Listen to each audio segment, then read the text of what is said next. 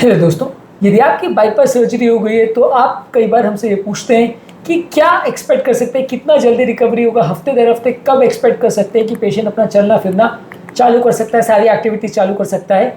Week by week क्या improvements देखने को मिल सकती है किसी व्यक्ति की बाईपास या वाल्व की सर्जरी हुई है तो, या हार्ट की सर्जरी हुई है वैसे पेशेंट्स में।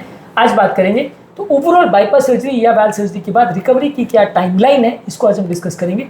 टॉपिक पर जाने से पहले जो लोग हमारे चैनल पर नए हैं उन्हें रिक्वेस्ट करूंगा कि चैनल को सब्सक्राइब करें, वीडियोस को फ्रेंड्स फैमिली के साथ शेयर करें, क्योंकि कंटेंट किसी की ज़िंदगी बचाने और बदलने के लिए उपयोगी हो सकता है। तो बगैर समय बिगाड़े चलिए शुरू करते हैं हमारे साथ हेल्थ का सफर।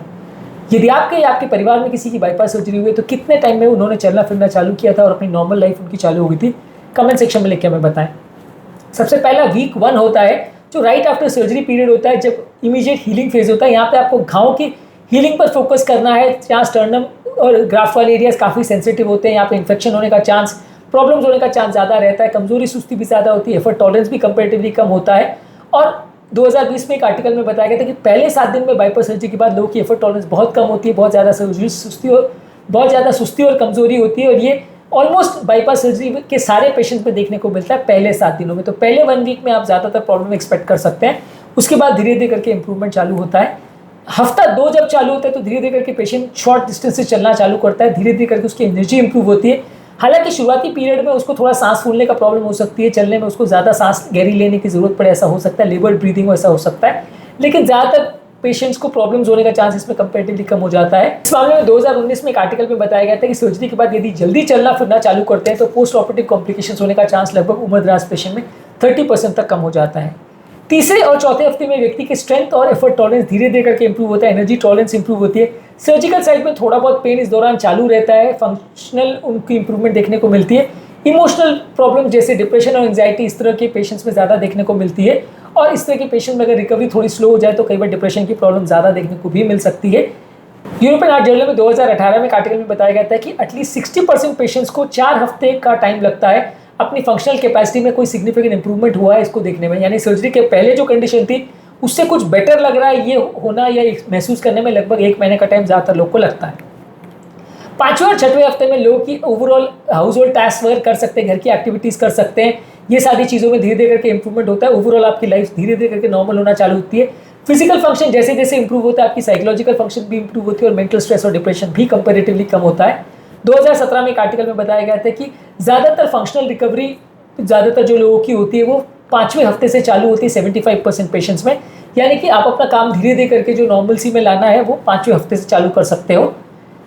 जब हफ्ता 7वां और 8वां जाता है, यानी लगभग 1.5 से 2 महीने का जो पीरियड है, इसमें आपका स्टर्नम की जो हड्डी है उसमें स्ट्रेंथ आने लगती है, आपका उसमें जो पेन होता है वो कंपेरेटिवली कम हो जाता है। मॉडरेट एक्टिविटीज़ आप कर सकते हो, हालांकि इस दौरान भी आपको कमजोरी सुस्ती लग सकती है, पर ये कमजोरी सुस्ती धीरे धीरे करके फ्लक्चुएट होती है और धीरे धीरे करके आपको कम लगती चली जाती है। 2016 में एक आर्टिकल में बताया गया था कि 2 महीने के बाद स्टर्नम की बोन की ताकत 80% तक रिटर्न हो जाती है सर्जरी के बाद। यानी सर्जरी के बाद फंक्शनल रिकवरी आपकी स्टर्नम की बोन में आने में और वो लगभग 80% तक ताकत अचीव कर ले, इसमें 8 हफ्ते जैसा टाइम लगता है। इसके अलावा 9 से 12 हफ्ते के पीरियड में आपको सिग्निफिकेंटली बेटर लगता है, आप थोड़े बहुत मॉडरेट इंटेंसिटी एक्टिविटीज़ कर सकते हो, धीरे धीरे करके आपकी एक्टिविटीज़ बढ़ा सकते हैं।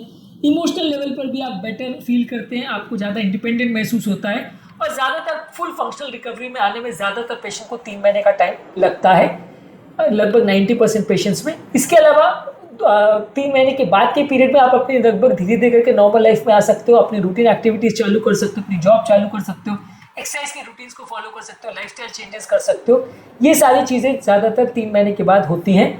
2014 में एक आर्टिकल में बताया गया था कि long term quality of life और फंक्शनल स्टेटस जो है आपका वो 3 महीने के बाद ज़्यादा स्टेबलाइज होता है। तो बहुत जल्दी एक्सपेक्ट नहीं करें कि सब कुछ पहले हफ्ते में ही नॉर्मल हो जाएगा, और ये भी एक्सपेक्ट मत करें कि सालों साल चीज़ें ठीक नहीं होगी। ज़्यादातर जो रिकवरी होती है वो धीरे धीरे करके इंप्रूव होती है, और 3 महीने में ज़्यादातर प्रॉब्लम्स कम होने लगती है, धीरे धीरे करके आपकी रिकवरी होती है। कुछ लोगों में जहाँ उम्र ज़्यादा है, डायबिटीज़ ज़्यादा है, इन्फेक्शन हुआ है, कोमॉर्बिड प्रॉब्लम्स है, वहाँ प्रॉब्लम होने में चांस ज़्यादा लग सकता है। इसके अलावा इमोशनल रिकवरी होने में और डिप्रेशन को, एंजाइटी को कम होने में कई बार ज़्यादा टाइम लग सकता है। जिन लोगों को डायबिटीज़ का प्रॉब्लम है, जिनको ऑस्टियोपोरोसिस का प्रॉब्लम है, जिनकी हड्डियाँ वीक है, जिनकी डाइट प्रॉपर नहीं है, उनको रिकवरी होने में ज़्यादा टाइम भी लग सकता है। इसके अलावा सीजनल फैक्टर्स का भी थोड़ा बहुत इन्फ्लुएंस होता है। ठंड के मौसम में कंपेरेटिवली एनर्जी और हीलिंग प्रोसेस कॉम्प्रोमाइज हो सकती है, तो विंटर में थोड़ा हीलिंग स्लो हो सकती है, ऐसा कुछ केस में देखने को मिल सकता है। ज़्यादातर पहले हफ्ते में पेशेंट का हॉस्पिटल में स्टे होता है। इस दौरान ट्यूब्स वगैरह लगी रहती है, मॉनिटरिंग ज़्यादा की जाती है, ब्रीदिंग एक्सरसाइज कराती जाती है, शॉर्ट वॉकिंग कराई जाती है। दूसरे हफ्ते में पेशेंट को जब डिस्चार्ज किया जाता है तो घर पे थोड़ा बहुत उसको चलाया जाता है। इस दौरान पेशेंट को कमजोरी, थकान, सुस्ती, स्लीप डिस्टर्बेंसेस ये सब ज़्यादा देखने को मिलता है। फिर धीरे धीरे करके उसमें इंप्रूवमेंट होता है।